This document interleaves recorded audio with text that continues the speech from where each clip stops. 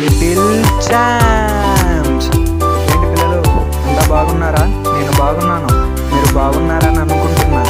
ఈరోజు ఇక మన కథలోకి వెళ్దామా?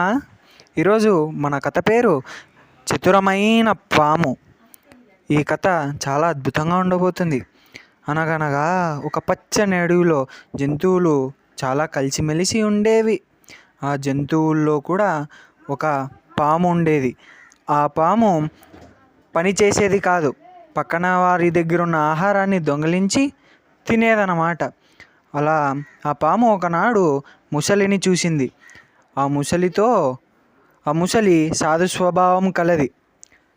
అలా ఒకరోజు పాము ఆ ముసలితో, మనం ఇద్దరము కలిసి వేటాడి చంపి మన ఆహారాన్ని ఎత్తుక్కుందాం అని అంటుంది. అప్పుడు ఆ ముసలి దానికి అంగీకరించి సరే అంటుంది. అలాగా ఇద్దరు ఆహారాన్ని కలిసి చేసుకుంటారు.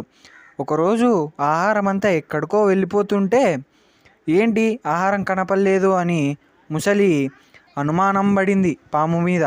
ఆ పాముని ఒకరోజు గమనించి, ఏ పాము, నువ్వు నా ఆహారాన్ని అంతా దొంగిలిస్తావా అని పక్కన అడవిలో ఉన్న జంతువులతో అందరితోనూ చెప్పింది.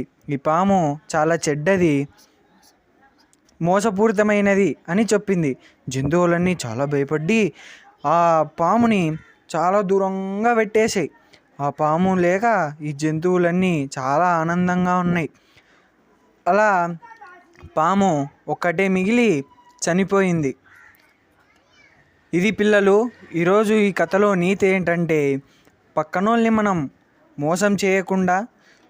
మోసం చేసి మనం ఆహారాన్ని కానీ ఏదన్నా దొంగిలిస్తే తిగరికి శాస్తి మనకు చావే.